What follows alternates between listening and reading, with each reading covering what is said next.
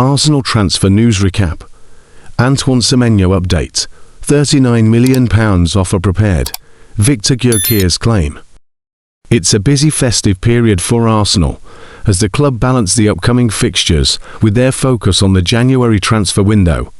The Gunners will be top of the Premier League at Christmas, but they have Carabao Cup action tomorrow night, taking on Crystal Palace in the quarter-final. There are matches every few days from Mikel Arteta to deal with through the coming weeks, with squad management key over the coming weeks.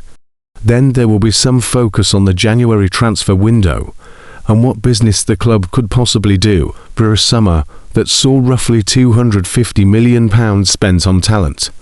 Arsenal could look to move players on in this period, while links still emerge over talent for the future who could help to make an impact.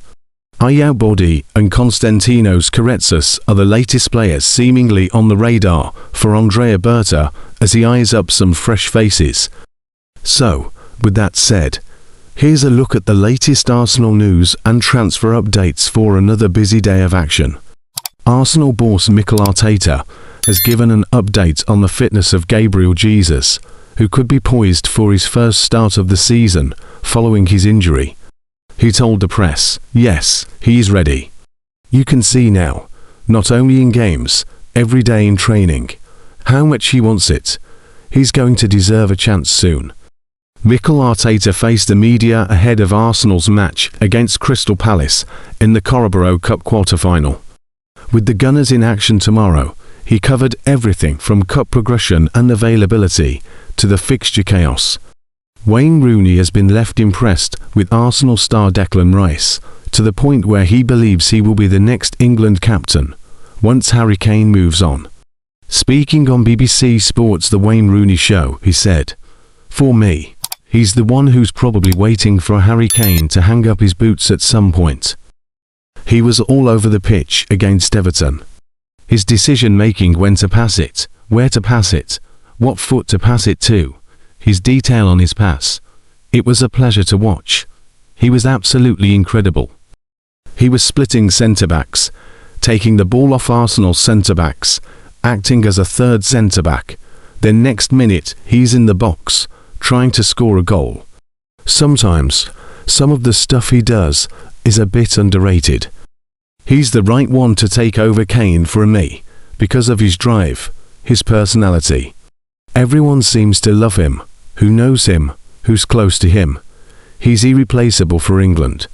The Athletic journalist David Ornstein has claimed that Arsenal are among those keeping tabs on Antoine Semenyo, but claims a deal is more likely in the summer, if they are to compete for the Bournemouth star. Speaking to NBC Sports, he said, "Liverpool are said to have had great admiration for him. They have not moved to the same extent so far, but let's see if anything changes around the Isak injury situation. Tottenham were keen, and I am led to believe they were prepared to pay a significant salary to Semenyo, but he's politely focusing on other options, mainly Manchester City or Manchester United. Arsenal might have looked at the situation, but more towards the summer, and I don't think he's willing to wait until that point." Victor Gyökeres has revealed bukayo Saka and Martin Odegaard let him take the Arsenal penalty against Everton, which proved to be the winner. After the match, the 27-year-old said, "Good, of course. It was a tough win away from home, but we took the 3 points, and it was nice to score a goal. We spoke a little bit on the pitch. It was an easy talk, and then I took it. To be fair, a few months ago I took one, and it was nice to take one again and to score. We don't think about it too much. We just wait for the decision. Then you know it's a penalty, and you just wait for the normal procedure. Nothing special, really." Arsenal have already made contact with the entourage of Lille youngster Odegaard, according to reports in France. Andrea Berta is leading discussions for the midfielder, with a £39.4 million offer prepared, while Chelsea, PSG, Manchester City, Manchester United, and Liverpool all monitoring him. We host Crystal Palace in the quarter-finals of the Carabao Cup on Tuesday, December 23rd. and there was a fresh face training back amongst the squad ahead of that game, as Kai Havertz joined in with the rest of his teammates.